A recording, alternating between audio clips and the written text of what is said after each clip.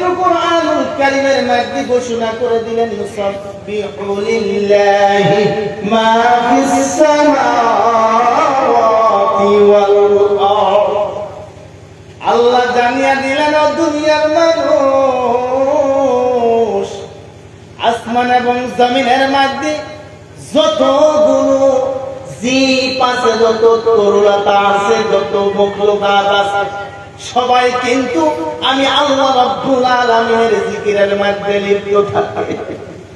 আল্লাহ তাআলা জানিয়ে দিলেন এই দুনিয়ার মধ্যে যত তরুলতা আছে, যত জীব আছে, যত মখলুকাত আছে, সবাই কিন্তু আমি আল্লাহ রাব্বুল আলামিনের জিকিরের মধ্যে ব্যস্ত থাকে।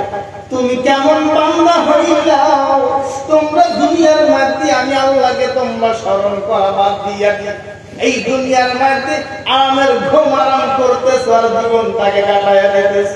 আমি আল্লাহ তোমার কেমনে করে দুনিয়ার মধ্যে বানাইছি তুমি কি জানো? দুনিয়ার মানুষ রে, তুমি কি জানো আমি আল্লাহ তাআলা তোমাকে কেমনে বানাইলাম? যেদিন তুমি মায়ের গর্ভে ছিল আমি আল্লাহ তাআলা তোমাকে মৃত্যু দিলে আমি ঘোষণা করেছিলাম।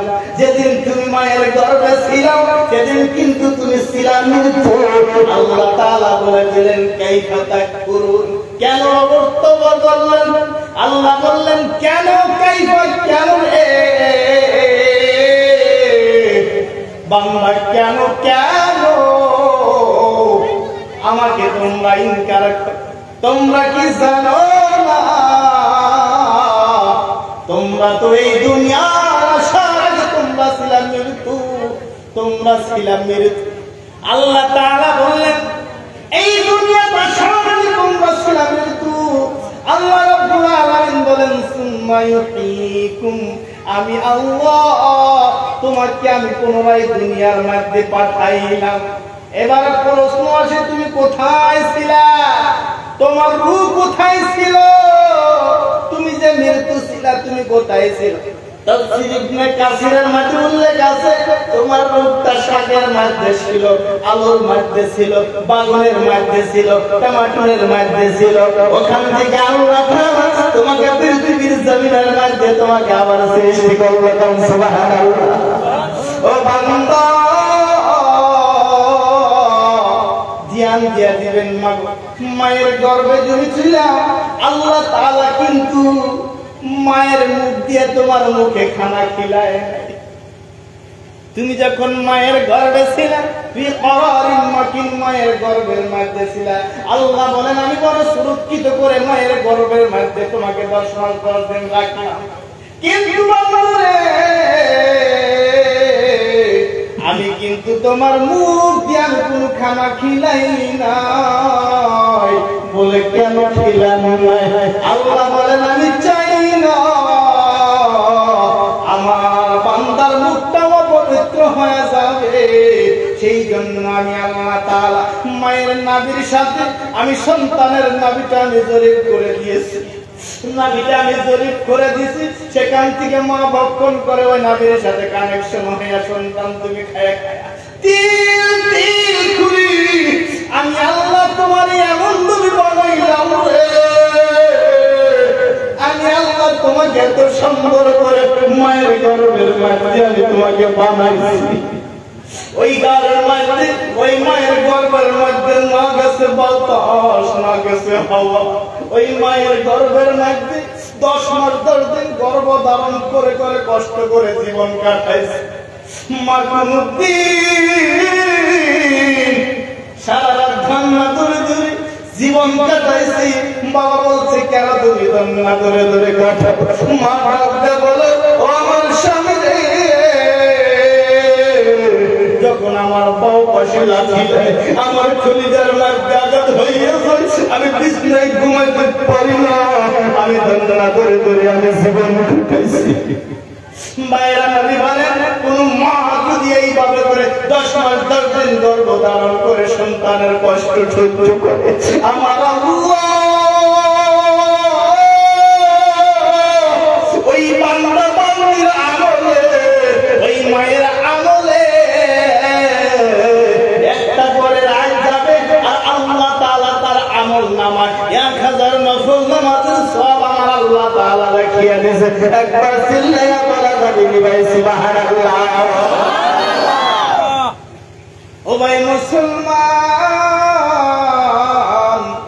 কেমন মা ছিলেন? মা ছিলেন মা হাজেরা, মা ছিলেন মা সুমাইয়া, মা ছিলেন মা সুমাইয়া, মা ছিলেন মা আয়েশা, মা ছিলেন মা খাদিজাতুল কুবরা, মা ছিলেন মা ফাতিমা, মা ছিলেন হযরত রুকাইয়া, মা ছিলেন উম্মে কুলসুম।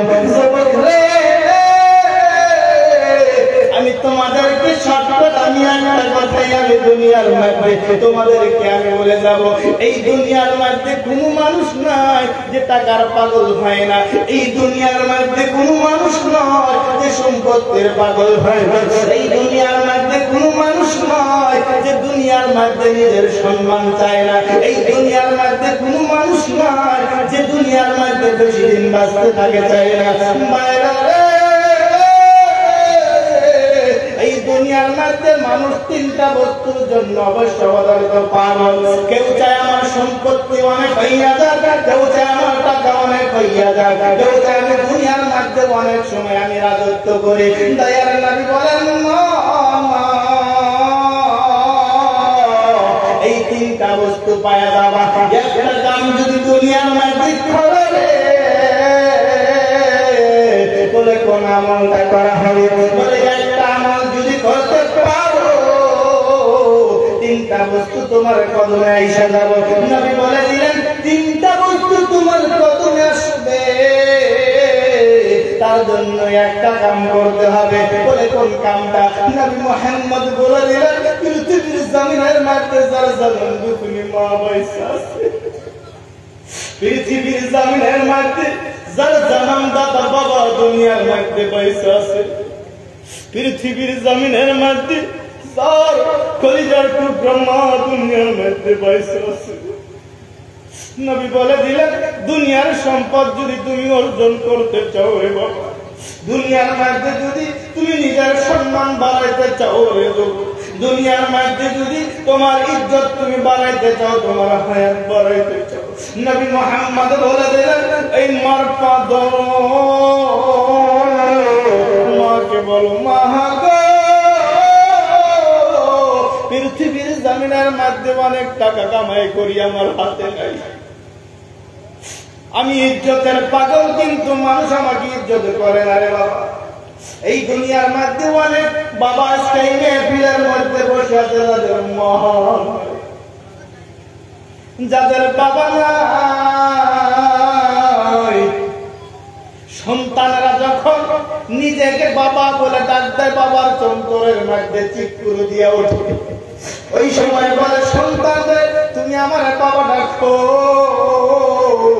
আমি জীবন কারণ একদম বাবা হয়েছি। আমার বন্ধুরা, আমার মা বোনরা, এই দুনিয়ার মধ্যে মায়ের মতো দরদি আমার দুনিয়ার মধ্যে কেউ, এই দুনিয়ার মধ্যে বাবার মতো তার দুনিয়ার মধ্যে কিছুই। সেই জন্য তো নবী বলেছেন হুমা জান্নাতুকা ওয়া নারুকা, রিযার রাব্বি ফি রিযাল ওয়ালিদি ওয়া সাকাতুর রাব্বি ফি সাকাতুল ওয়ালিদি। মা বাবা যদি রাজি আছে আমার আল্লাহ তোমার উপরে রাজি হইয়া যাবে, আর মা বাবা যদি অসন্তুষ্ট হয়ে গেছে আমার আল্লাহ তোমার উপরে অসন্তুষ্ট হয়ে যাবে। যার মা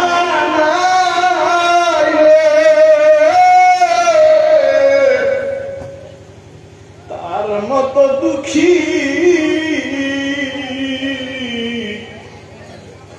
তাহার মতো ইতিমের পৃথিবীর জমিনের মধ্যে কেউ। বন্ধুগণ আমার ভাইগণ, তারা আজকে বুঝতে পারতেছে মা আমার কেমন জিনিস। হযরত ইব্রাহিম আলাইহিস সালাতু ওয়াস সালাম 90 বছর তপস্যা করে একটা সন্তান পাইছে। তিনি পৃথিবীর জমিনের মধ্যে নবী প্রাপ্ত হয়েছিলেন, তিনিও নবী হয়েছিলেন।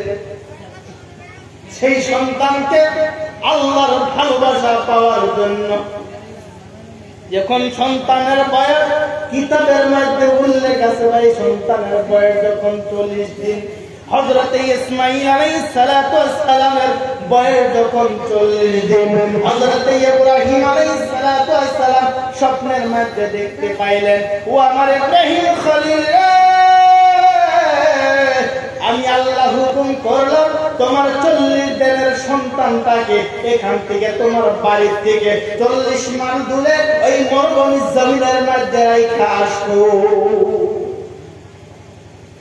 যেহেতু মসজিদের সভা, মসজিদের প্রোগ্রাম, মসজিদ কোথা থেকে আবাদ হলো, আপনি যদি বাড়ির মধ্যে একটা নামাজ আদায় করেন, আল্লাহ তাআলা আপনার আমলনামায় 1 সওয়াব আপনার আমলনামায় লিখে দিবে। ওই নামাজটা যদি আপনি মহল্লার মসজিদে আদায় করেন, তাহলে 25 ওয়াক্ত নামাজের সওয়াব লিখে দিবে। সুবহানাল্লাহ। ওই নামাজটা যদি আপনি জামে মসজিদে আদায় করেন, আল্লাহ তাআলা আপনার আমলনামায় 500 রাকাতের সওয়াব লিখে দিবে।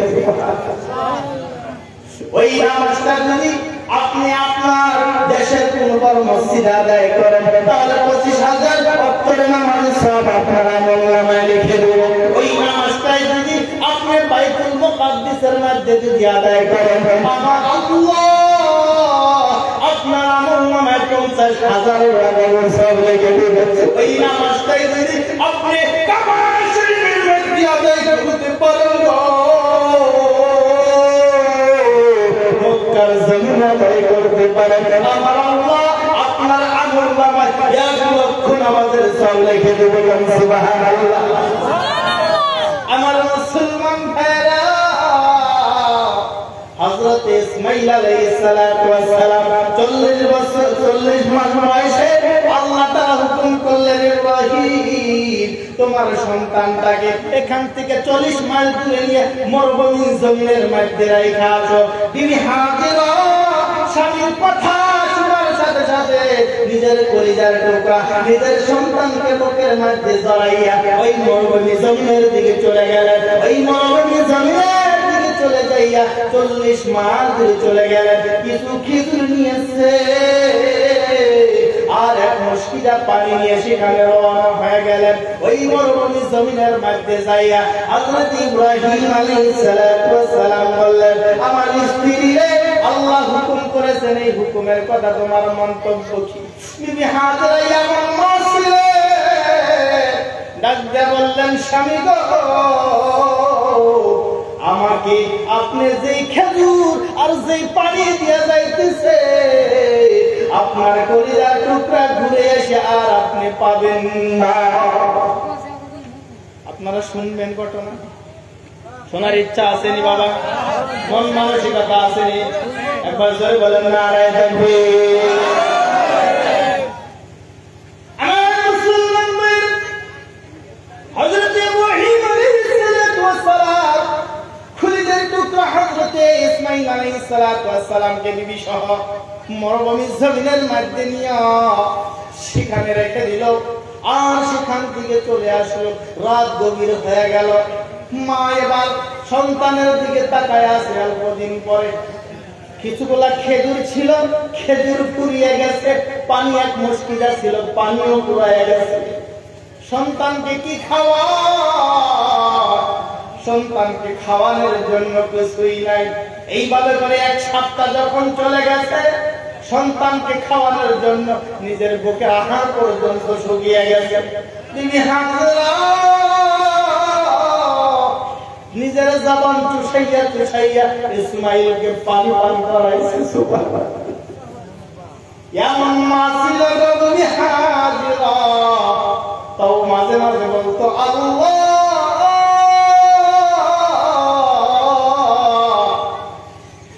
তুমি আমারে যত কষ্ট দাও গো, আমার কলিজার টুকরাকে তুমি কবুল করে নিও। সুবহানাল্লাহ। আমার মুসলমান ভাইরা রে, এবার বিবি হাজেরা খানা খাদ্য সংকট হয়ে গেল, ফুরাইয়া গেছে। বিবি হাজেরা একদিন শুক্রবারের বুকের মধ্যে, বাবা কথা বলিস না, কথা বলিস, লা ইলাহা ইল্লাল্লাহ